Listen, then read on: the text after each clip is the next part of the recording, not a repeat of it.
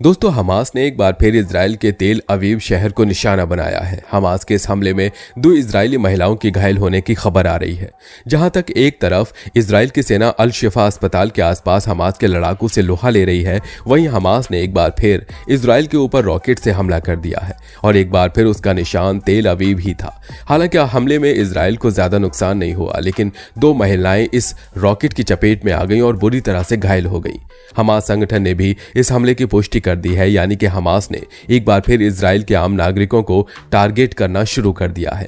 जैसे ही हमास का rocket Israel के आकाश में पहुंचा, वैसे ही तेल अवीव और सेंट्रल इजराइल में सायरन बजने लगे, जिसे सुनकर ज्यादातर लोग सुरक्षित जगह पर चले गए। लेकिन फिर भी एक महिला के ऊपर इस रॉकेट का नुकीला टुकड़ा टूट कर गिर गया, जिससे उसे काफी चोट आई। वहीं एक और महिला भी टूटे रॉकेट गिरने की वजह से घायल हो गई। हमास का यह रॉकेट हमला गाजा में लगातार किए जा रहे इजरायली हमलों का जवाब था। आखिर कितना खतरनाक हो सकता था हमास और हिजबुल्लाह का यह हमला, और इजराइल इस दोहरी मार से कैसे निपटेगा, जानने के लिए वीडियो के एंड तक जरूर देखिएगा। हमास की तरफ से तेल अवीव में 150 रॉकेट दागे गए हैं। यहां पर रविवार को इजराइल और लेबनान के आतंकी संगठन हिजबुल्लाह के बीच फायरिंग हुई और रॉकेट भी बरसे हैं। ईरान द्वारा समर्थित हिजबुल्लाह ने कहा कि उसने फिलिस्तीनी लोगों के साथ एकजुटता दिखाते हुए शेवा फार्म्स में 3 चौकियों पर निर्देशित रॉकेट और तोपखाने लॉन्च किए थे। इजराइल की सेना ने रविवार को कहा कि उसने लेबनान के उस क्षेत्र में हमला किया है जहां पर सीमा पार से फायरिंग की गई है। गाजा में सीमा के निकट इजरायली हमले से बचने के लिए निवासी अपने घरों को छोड़कर भाग गई। रविवार को इजराइल की सेना ने बताया कि उसके सैनिक 8 स्थानों पर हमास के आतंकवादियों से लड़ रहे हैं। इजरायली सेना ने गाजा में 426 ठिकानों पर हमले किए और बड़े बड़े विस्फोटों से कई रिहायशी इमारतें ढेर कर दी। इजराइल और हिजबुल्लाह कट्टर शत्रु हैं और दोनों ने पहले भी कई बार युद्ध लड़ा है। 2006 में 34 दिन तक चले युद्ध में लेबनान में 1200 और इजराइल में 160 लोग मारे गए थे, और युद्ध के कारण इजराइल की उत्तरी सीमा पर हमेशा तनाव बना रहता है। मिडिल ईस्ट के इस इलाके में यह संघर्ष कम से कम 100 साल से चला आ रहा है। यहाँ वेस्ट बैंक, गाजा पट्टी और गोलन हाइट्स जैसे इलाकों पर विवाद है। फिलिस्तीन इन इलाकों समेत पूर्वी यरूशलेम पर दावा जताता है, वहीं इजराइल यरूशलेम से अपना दावा छोड़ने को राजी नहीं है। गाजा पट्टी इजराइल और मिस्र के बीच में है। यहाँ फिलहाल हमास का कब्जा है। ये इजराइल विरोधी समूह है। सितंबर 2005 में इजराइल ने गाजा पट्टी से अपनी सेना वापस बुला ली थी। 2007 में इजराइल ने इस इलाके पर कई प्रतिबंध लगा दिए। फिलिस्तीन का कहना है कि वेस्ट बैंक और गाजा पट्टी में स्वतंत्र फिलिस्तीन राष्ट्र की स्थापना हो। दोस्तों, इजराइल और हमास के बीच करीब 1 महीने से जंग चल रही है। गाजा में एक तरफ इजराइल के लड़ाकू विमान बम बरसा रहे हैं, तो दूसरी उसकी सेना जमीनी जंग में हमास के आतंकवादियों को ठिकाने लगा रही है। इस युद्ध में एक तरफ इजराइल है जो खुलेआम अपने ऊपर हुए हमले का बदला ले रहा है, दूसरी ओर आतंकी संगठन हमास है जिसके साथ लेबनान के हिजबुल्लाह और यमन के हूती लड़ रहे हैं। गाजा पट्टी से हमास हमले कर रहे हैं। हिजबुल्लाह ने लेबनान की धरती से तेल अवीव की ओर हमले तेज किए हैं। वहीं हूती आतंकी संगठन भी मिसाइल दाग रहा है। इजराइल के साथ हो रही इस जंग में हमास का साथ निभाने सबसे पहले हिजबुल्लाह आया। उसने लेबनान से हमले तेज कर दिए।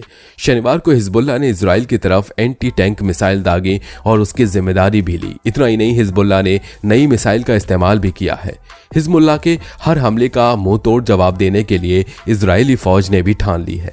इजराइल डिफेंस फोर्सेस के जवानों ने हिजबुल्लाह के रॉकेट डिपो पर पलटवार किया है, उसके मिलिट्री कंपाउंड पर टारगेट किया है। 4 दिन पहले ही हिजबुल्लाह प्रमुख नसरुल्लाह ने हमास का खुला समर्थन किया था। हमास का समर्थन करने वाला हिजबुल्लाह भी इजराइल को अपना दुश्मन मानता है। उसे भी ईरान का समर्थन हासिल है। उसके पास भी घातक रॉकेट और अन्य अत्याधुनिक हथियार हैं। लेबनान के कुछ हिस्से पर हिजबुल्लाह का नियंत्रण भी है। हमास का दूसरा भरोसेमंद साथी यमन का आतंकी संगठन हूती बना है। जंग के 26वें दिन हूती की एंट्री हुई थी। यमन के हूती विद्रोहियों ने दावा किया कि उन्होंने इजराइल की ओर बैलिस्टिक मिसाइल से हमला बोला। इसके साथ ही हमले की तस्वीरें भी जारी की थी। हूती आतंकियों ने मिसाइल लॉन्च करने से पहले इजराइल और अमेरिका के खिलाफ नारेबाजी भी की थी। 7 अक्टूबर को हमास की कायरनाना करतूत के बाद से ही हूती इजराइल पर 3 बार हमले कर चुका है। पहला हमला 19 अक्टूबर को हुआ था, लेकिन अमेरिका ने उसकी मिसाइल को बीच में ही तबाह कर दिया। दूसरा हमला 26 अक्टूबर को किया गया। इस पर भी लाल सागर में इजराइल ने उसके हमले को नाकाम कर दिया। 31 अक्टूबर को तीसरा हमला हुआ। हूती ने बैलिस्टिक मिसाइल दागने का दावा किया, जिसे इजराइल के एयर डिफेंस सिस्टम ने तबाह कर दिया। यमन से इजराइल की दूरी 2200 किलोमीटर है। इसके बाद भी हूती विद्रोही इजराइल को निशाना बना रहे हैं। इजराइल ने भी तीनों के खिलाफ कमर कस ली है।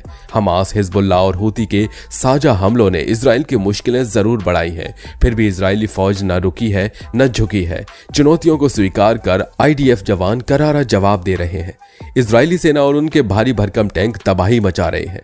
दुश्मन का सीना गोलियों से छलनी कर रहे हैं। 7 अक्टूबर को हुए हमले के बाद से इजराइल की वायुसेना ने मोर्चा संभाला था। उनके लड़ाकू विमान बारूद बरसाकर गाजा से हमास के सफाई में जुटे थे। अब जमीन से भी जंग तेज हो चुकी है। इन 30 दिनों में इजराइल ने हमास की कमर तोड़ने में एड़ी चोटी का जोर लगा दिया है। दोनों तरफ से करीब 11,000 जाने गई हैं। हजारों लोग जख्मी हैं। सिर्फ गाजा में करीब 9,500 की मौत हुई है। मरने वालों में 1,000 से ज्यादा आतंकी भी शामिल हैं। हमास के करीब 20 कमांडर भी ढेर किए जा चुके हैं। आतंकियों के ऑपरेशन हेडक्वार्टर, लॉन्चिंग पैड, छिपने के ठिकाने, ट्रेनिंग कैंप और हथियारों के गोदाम पर भी इजरायली फौज ने तबाही मचाई है। अब उन ठिकानों पर टारगेट सेट किया जा रहा है जहां आतंकियों के छिपे होने के सबूत मिल रहे हैं। दोस्तों, इजराइल और हमास के जंग में सऊदी अरब और ईरान जैसे एक दूसरे के धुर विरोधी देश भी इस मामले में दुश्मनी भूलकर फलस्तीन के साथ खड़े हो गए हैं और इजराइल को आंखें दिखा रहे हैं। दूसरी ओर अमेरिका ने इजराइल के साथ खड़े होकर उसके एक्शन का समर्थन किया है। साथ ही अरब सागर में अपने जंगी बेड़े को उतार दिया है। अमेरिका और नाटो देशों की ओर से इजराइल को हथियारों की सप्लाई होने लगी है। दुनिया के 2 ताकतवर मुल्कों में से एक अमेरिका जहां इजराइल के साथ खड़ा है, वहीं रूस सीज फायर की मांग कर रहा है और फलस्तीन पर हमले रोकने की वकालत कर रहा है। अमेरिका ने रूस की तुलना हमास से कर दी है और दोनों का क्षेत्रीय लोकतंत्र को खत्म करने वाला बताया है।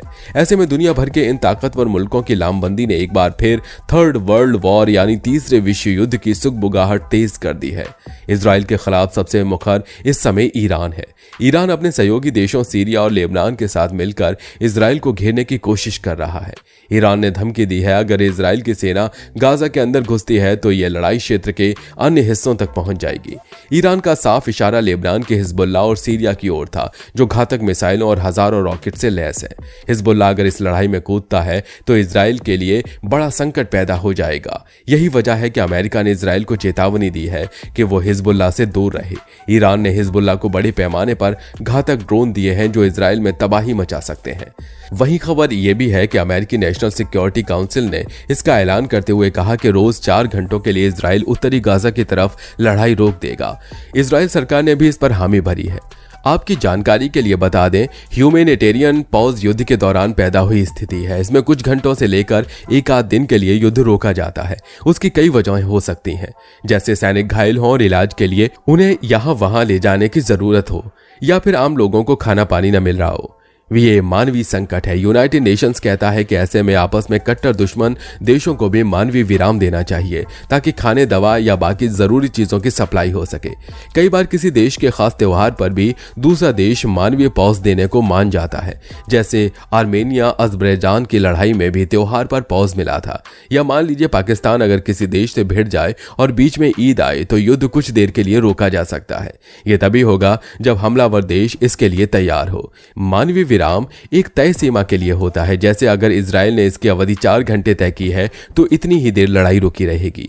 वैसे फिलहाल जैसे हालात बने हुए हैं, यह तय है कि इजराइल अपने लोगों को हमास की गिरफ्त से निकाले बिना नहीं रुकेगा। हमास ने उसके 150 से ज्यादा लोगों को बंधक बनाकर रखा हुआ है।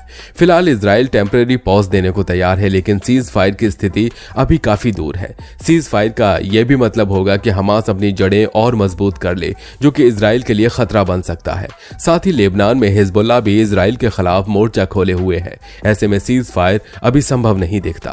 दोस्तों, आपको क्या लगता है, क्या यह खूनी जंग यूं ही चलती रहेगी? क्या इसका अंत होगा? अपनी राय हमें कमेंट बॉक्स में बताइएगा। साथ ही वीडियो को लाइक करिए, शेयर करिए और चैनल को सब्सक्राइब करके बेल आइकन को प्रेस करना बिल्कुल मत भूलिए।